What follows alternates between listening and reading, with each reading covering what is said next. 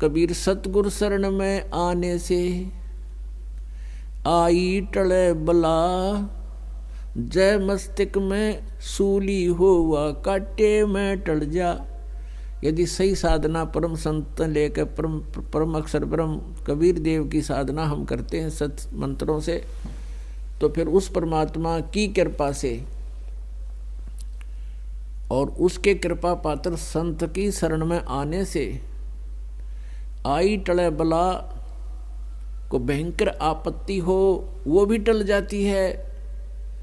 जय भाग्य में सूली हो यानी किसी की मृत्यु दंड हो तो काटे में टल जा, वह काटे में टल जाती है।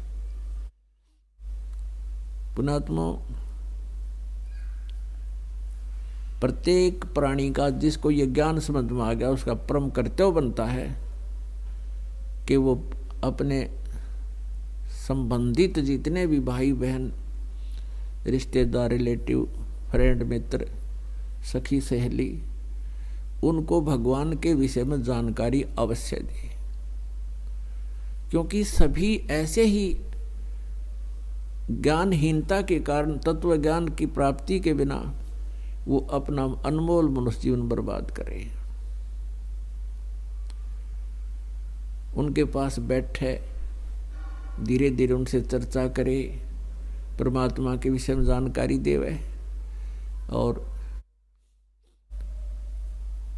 हो सकता है कभी उसके भी भाग्य उदय हो जा, कल्याण करवा ले।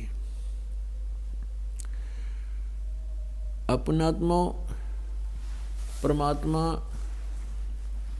बड़े दयालु हैं, बड़े उनकी रजा है प्रत्येक प्राणी पर, क्योंकि हम सभी प्राणी विश्व के एक ही भगवान की संतान हैं और वो है परम अक्षर ब्रह्म।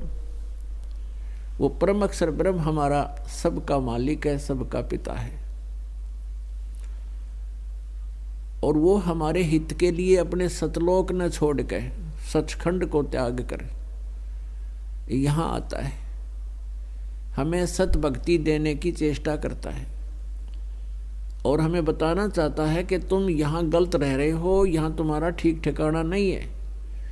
आज तुम संपत्ति को अपना मान रहे हो, आज आप संतान को अपना मान रहे हो, ये तुम्हारे धोखा है, भूल लगी है।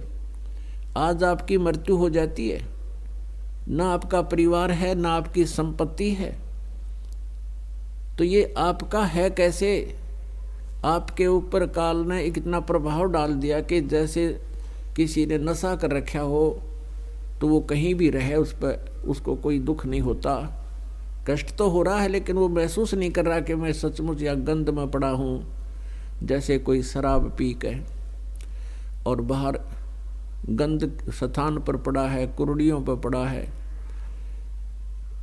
गली में पड़ा है और उसको कोई उठाने की भी चेष्टा करता है कि तू उठ ले भाई, यहाँ गलत पड़ा है, तो वो कहता है छोड़ दे, मौज हो रही है।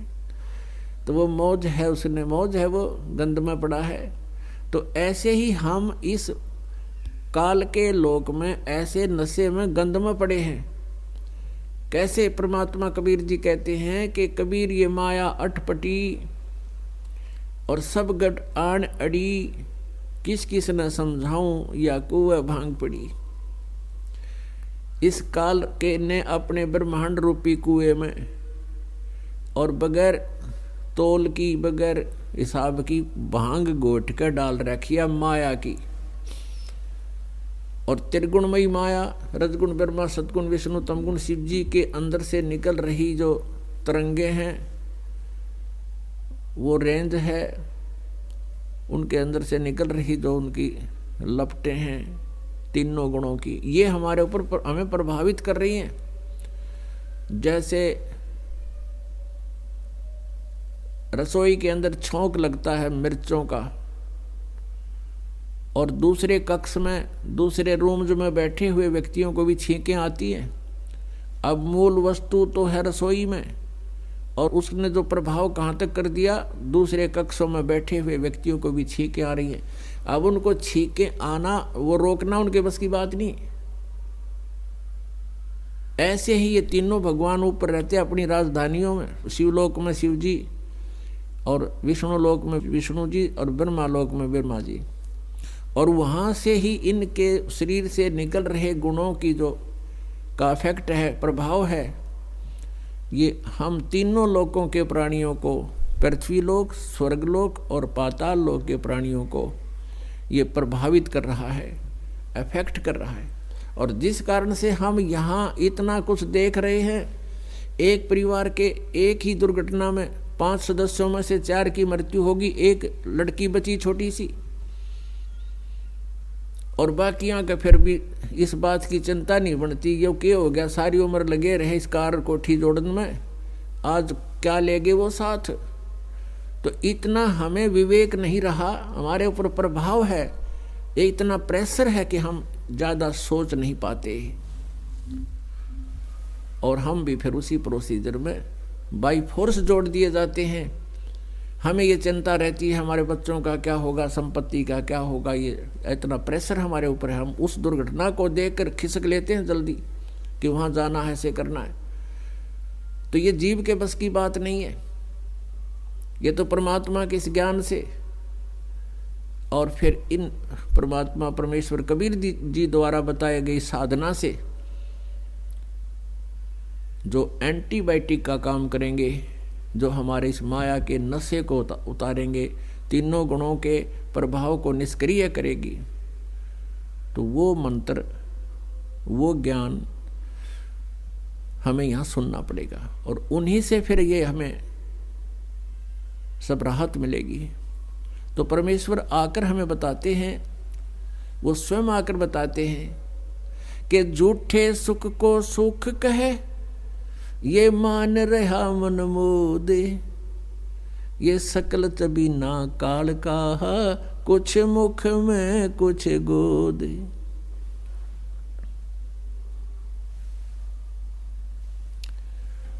परमात्मा हमें याद दिलाते हैं कि ये सब, इस झूठे सुख को तुम सुख मान बैठे हो,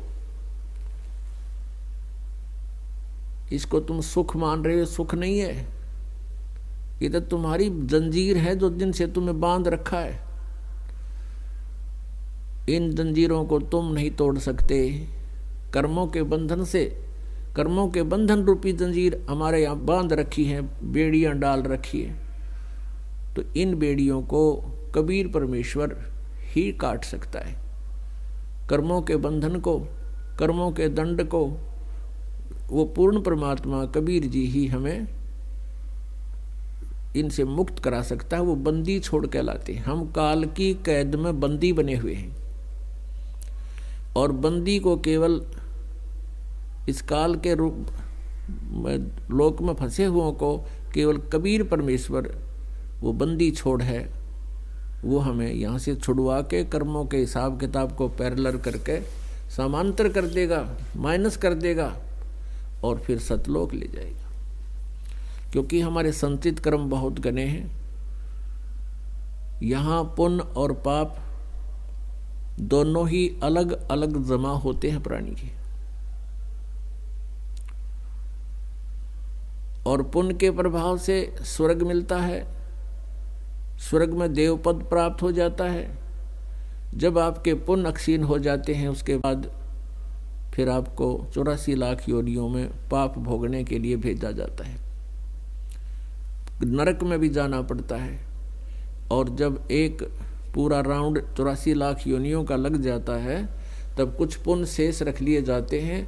वो नेक्स्ट जीवन में आपको एक मनुष्य जीवन टर्न वाइज फिर मिल जाता है। और उस मनुष्य जीवन में यदि कोई संत नहीं मिला, सत भक्ति नहीं की, तो बैटरी चार्ज हो को नहीं, और बैटरी चार्ज नहीं होगी यानी पुण्य संग्रहित नहीं होंगे, तो फिर 84 लाख योनिया में तुरंत चला जाएगा। तो पुण्यात्माओं, सत्संग में आने से एक तो आने वाले कर्मों के दंड कटेंगे, क्योंकि पुण्य से सुख होता है, पाप से दुख होता है, पाप से संकट होते हैं। और जिस पाप से संकट होने हैं भविष्य में, और वो पाप ही नष्ट कर दिया जाए, तो फिर संकट नहीं होते।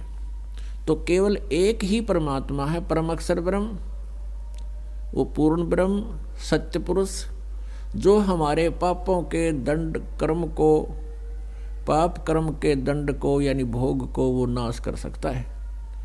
और वो भी उसने विधान बना दिया कि जो ये सत भक्ति परम संत से लेकर नियमित रहेगा, मर्यादा में रहता हुआ कर साधना करता रहेगा, तो उस प्राणी के वो संकट दूर होंगे।